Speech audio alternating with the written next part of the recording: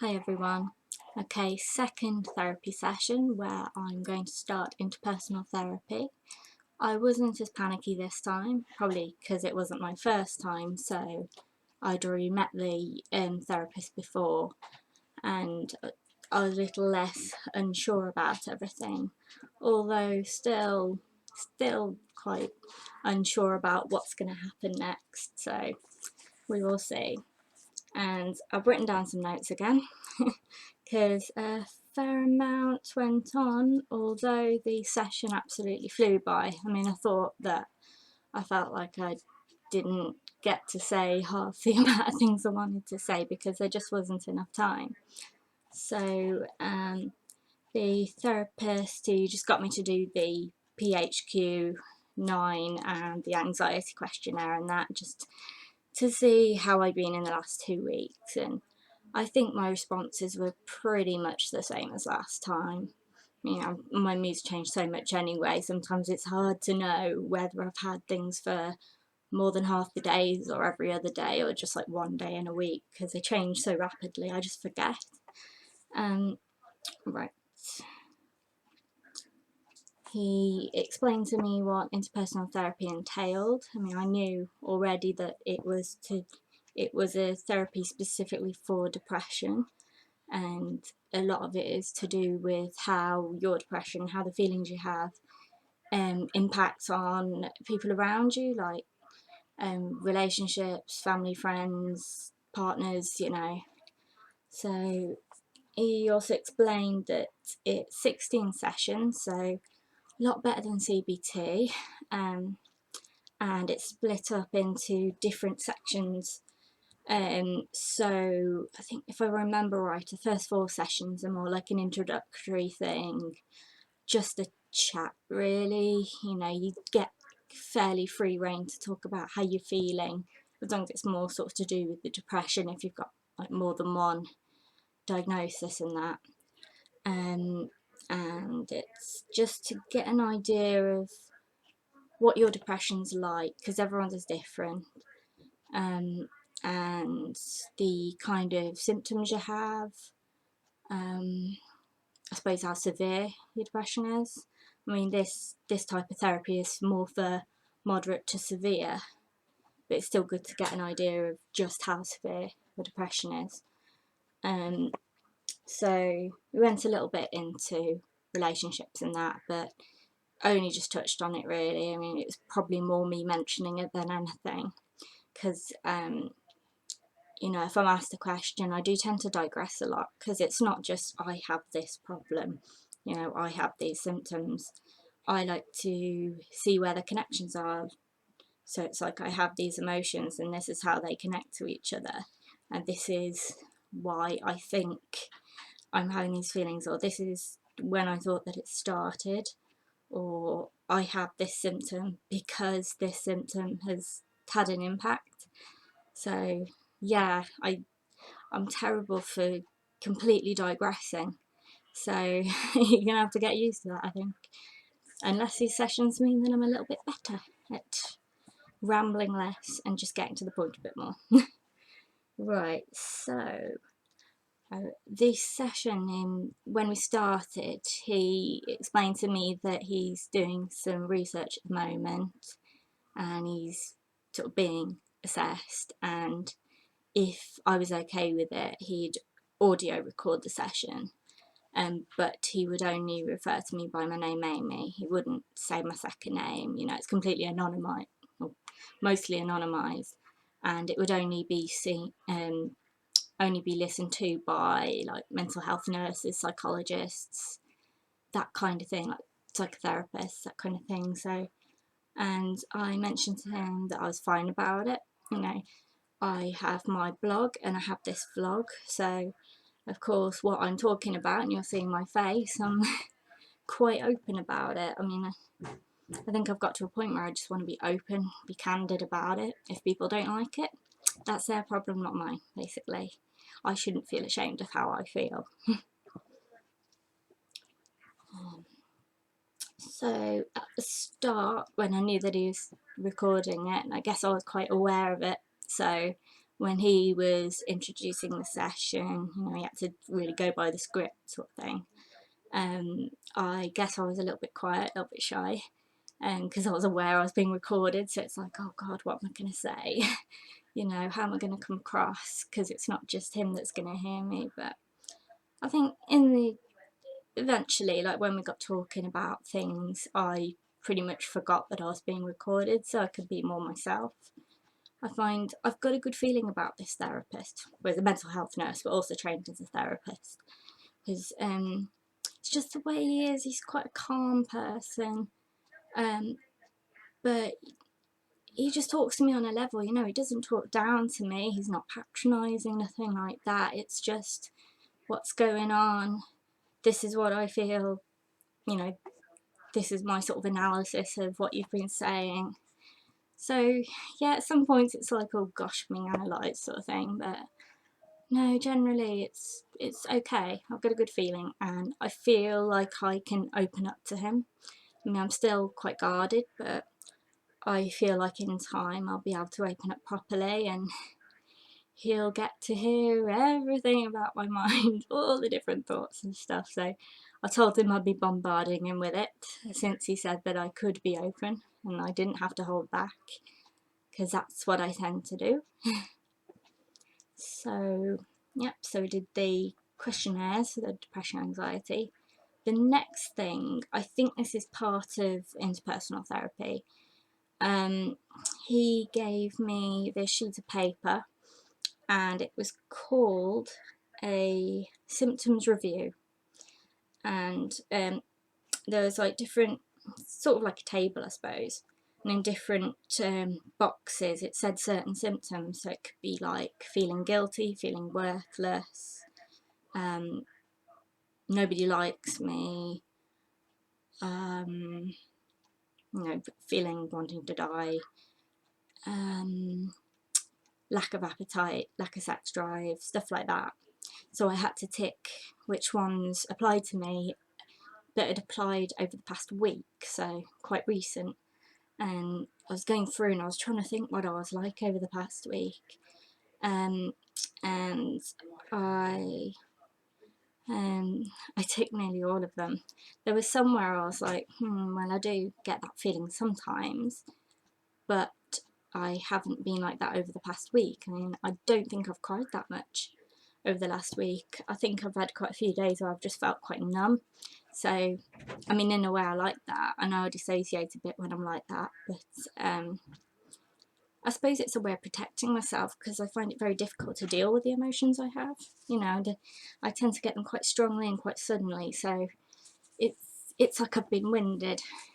It's like a big rush of emotion and it's really hard to deal with. So I suppose that's just something that I subconsciously do. Like, so I'm just numb, and yeah, I'm aware that I get these horrible feelings, but it's like I've stepped away from them a little bit, sort of like I'm observing them rather than feeling them, which is, I don't know if this makes any sense, but this is how it feels to me. Okay, so he explained more about interpersonal therapy, and the different stages. And so we had the introductory stage for the first 4. Then, if I remember correctly, had things like, I think he called it the timeline, and it was going right back to things in the past, like where I think the depressive feelings started. If there's anything happening in my life at the time, any like traumatic event or just some change or something, and how that went on, how I was feeling, what was going on. And also, I think the next one is about, after this one about the past, pardon me, was about bereavement and loss. Now, there's something that I've talked about it on my blog, but I might talk about it on my vlog. I'll see how I feel about it. I'm still sort of finding my feet with this. Yeah, so that means I'll have to open up to him about a certain thing that does come under the category of bereavement and loss. So yeah, that's gonna be hard. I'll definitely use the tissues for that day. Also about past relationships, I suppose not just romantic, sexual relationships. Also about making new friendships, how I get on with my family, if there's been particular conflicts or anything like that, if anything big has happened. So yeah, so I think possibly with that I'll probably be talking a lot about the bullying that I experienced, because that does have a big impact on how I make new friendships, and how I think others think of me, how I'm very aware of like how I'm acting around people, you know. I consider it a lot, wondering like, am I offending them? Do they think I'm weird? Am I upsetting them? Do I come across as arrogant, or do I come across as shy? You know, it's all different sorts of feelings that I get that makes it hard to be comfortable when I'm talking to people, because I'm constantly aware of how I'm coming across. And so yes, a lot will be said in those sessions. I'm going to need quite a few hours to go through that. Okay. So after that, he had a look at the symptoms review and told me what he thought of it. And I mean, he says it straight out, you know. He doesn't beat around the bush. He says it straight out, like what he thinks of what I've put. So, which, you know, it can be hard to hear, but I know that it's the right thing. You know, I can't be hiding from my feelings like I have been doing. And well, he says that I've been doing as well, from what he gathers from what I've told him. Because he said that I tend to have this big guard up, which I definitely do. I try and distance myself from things, so I suppose I'll be talking about feelings, you know. I'm quite happy to be open about that, but I sort of step away from them. So it's hard to explain. I'm trying to explain it best I can, but yeah. I suppose throughout the vlogs I'll be able to explain it a bit better, so hopefully it'll make some sense. Right. Yeah, so what he said about me, from what I told him and all the different issues that were related to the symptoms I was having, he was saying you need to realise that your depression is quite severe, you know, it's quite bad. He was really serious, I mean, almost concerned in a way. I mean, I'd insisted to him that, like, I'm safe, you know, I'm not going to try anything. I get the feelings and they can be quite strong, but because of I suppose people around me, like I live with my parents and I have a cat that I absolutely adore. He's wonderful to me. He's really, you know, you think cats just don't give a damn, but he's quite caring. I mean, seriously, you gotta meet him. So yeah, there's that. And I didn't know what to say in response. I mean, I suppose I was sort of smiling and nodding. Well, not smiling, just nodding at him like, yes, I acknowledge this. But yeah, but he kept saying, you've got to realise this, as if I was completely in denial. Now, I don't think I am. I think I'm quite aware of how I feel when it comes to that kind of stuff. I suppose it's just how severe the symptoms are at the time. Maybe I downplay it, I don't know.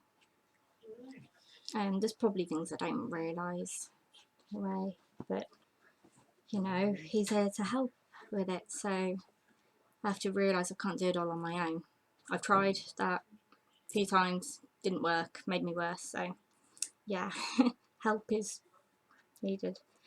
So there's a particular symptom where I feel that people don't like me, or I go through sort of cycles where I think everyone hates me.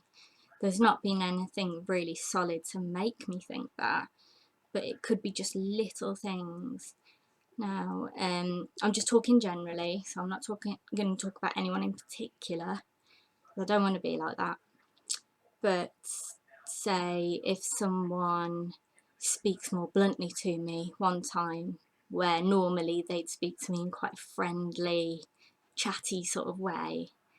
So if they speak more bluntly to me, or if they don't reply to me or something, like a message, or if they just seem to be treating me very differently to how they usually do. So someone I think's a close friend, and the next time I speak to them, it's like they've only just met me.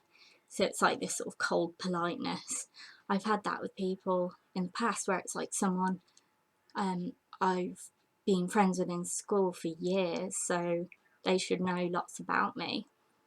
And then suddenly it's like I'm a stranger to them, and it really hurts. I mean, it might just be that they're having a bad day. I try and consider that it's not about me. I think of myself as self-obsessed because I end up blaming myself and making it about me. And that's something I really want to tackle because I hate myself when I'm like that. I really do. So yeah, I was talking about that, and you say you found that very interesting. And we were talking about how I really do attach to people. I mean, I've been called needy in the past. Maybe I am. I try not to be, but friendship and relationships mean so much to me. I suppose I have very strong feelings of like friendship, you know. Um, and if I ever get the feeling that that person is drifting away from me, or if I feel that I've annoyed them or something, I do what I can to get that reassurance that they're still my friend. And if I don't get that reassurance, I dwell on it. I mean, I still find it where there's like friends that have just like stopped being friends with me in the past. Say they've, I know I'm going on about social media here, but they've like unfriended me on Facebook or something, and they've not said anything. We've not had an argument or anything. So I'm wondering, well, what's happened? What have I done? And it's always, what have I done? What have I said? And I mean, I can't think of any particular explanations, but there must be some reason. I mean, it could be that like something I was talking about online, maybe they found it too hard to handle. It could be anything. Could be that maybe I'm a bit too political.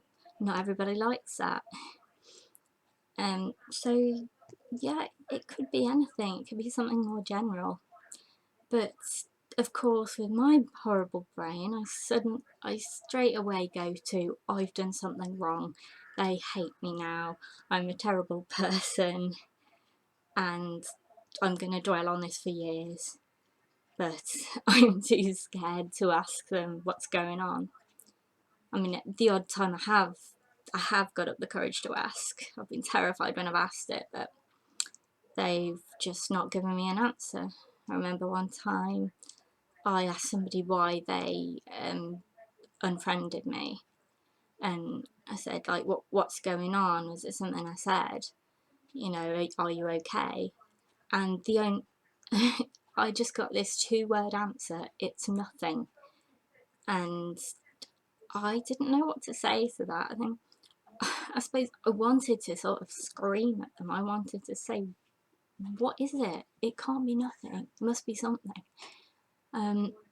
But I guess I thought to myself, what's the point? I'm only going to cause an argument, and I'm just going to feel worse about myself. I'm not going to have something good come of this. And you can't, I mean, I wouldn't want to, but you can't force somebody to stay friends with you.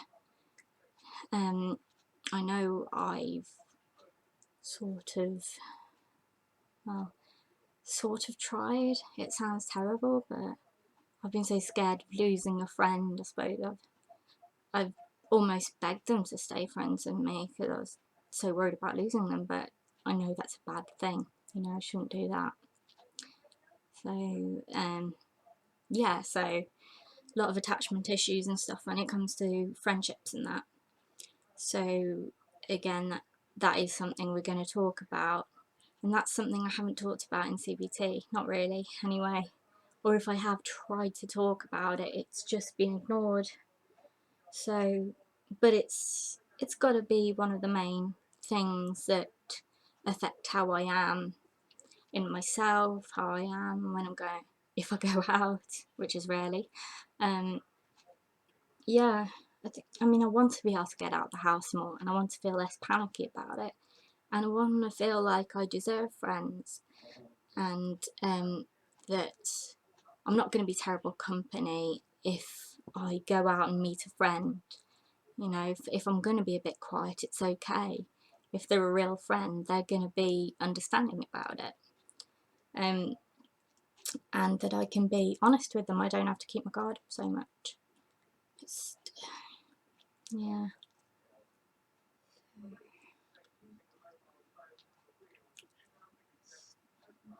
So yeah, it's mainly that kind of stuff, and the thing where I blame myself for pretty much everything, and that's, you know, again with friendships and stuff, I blame myself if I think that they're going off me.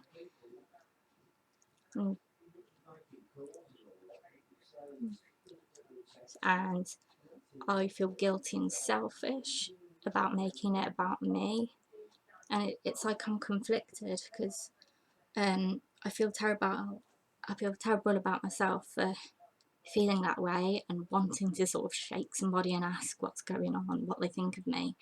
But at the same time, I hate myself for feeling that way. You know, I try and keep telling myself no one is obliged to be your friend. No one has to, you know, by law, reply to you.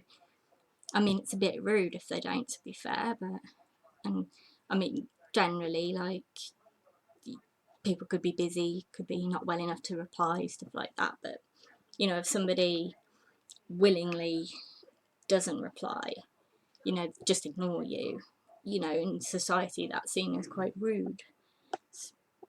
But it doesn't mean they absolutely have to, it's just how it's perceived if they don't. So that's it.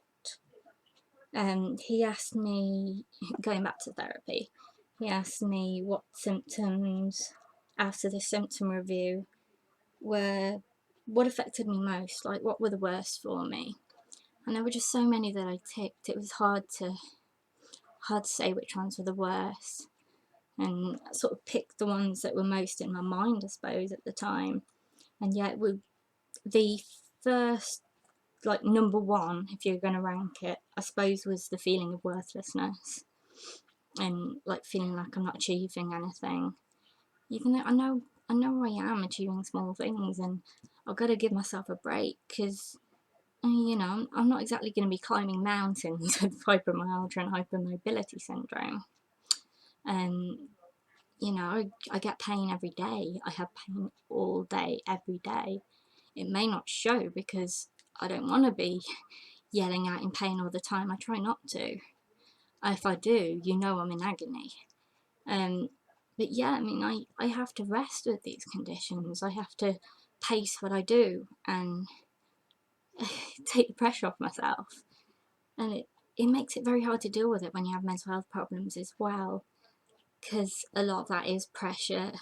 You know, you put pressure on yourself, you stress yourself out, you get worried about what people think of you, you feel like you're not achieving anything. So it's that feeling that pushes you to, you know, if you have the motivation, then you force yourself to do something, even though physically it's not going to be good for you. You should be resting or just taking it step by step instead. So I feel like the conditions I have, both mental and physical, they sort of bounce off each other. It's like they're constantly battling each other. And it's almost like my mind is battling itself with all these different emotions. And it's terrible. It makes me my own worst enemy. And I feel like it's got to a point where something has to happen. Like, I have to get some help so this happens less, you know? Because I'm gonna crack if it keeps going on like this. So, like this stuff, I do talk to my parents a bit about this stuff, and of course I talk to you, and I talk on my blog about how I'm feeling with certain things. I do hold back a bit, especially with my parents. It's because they've already got enough going on in their life. I guess I want to protect them. And the therapist was saying, well, are you saying that you don't think they can handle it? And I said, no, it's not that, because I think they're quite strong. I think they're very strong. But with all that's going on with them, why should they have to deal with my problems as well? Why can't I deal with them? Yeah, I guess that's another reason I'm going to see a therapist, because I don't want to put all this weight of my issues on them. You know, that they're not the therapists. I mean, they'll be there for me as much as they can be, but I don't want to make them feel worse.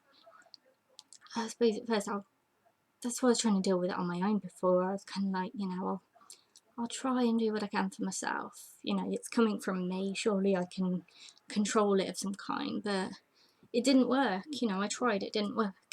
It's not as easy as snapping out of it, and I think a lot of us can pretty much prove that we can't snap out of it. It's an illness. It's not just, oh, I'm feeling a bit down this day, or I'm feeling a bit anxious. It's so much more than that, and there's so much to it than that. Okay, so once we'd spoken about all this, I mean, it was mainly about how I was feeling. It wasn't very, very rigid.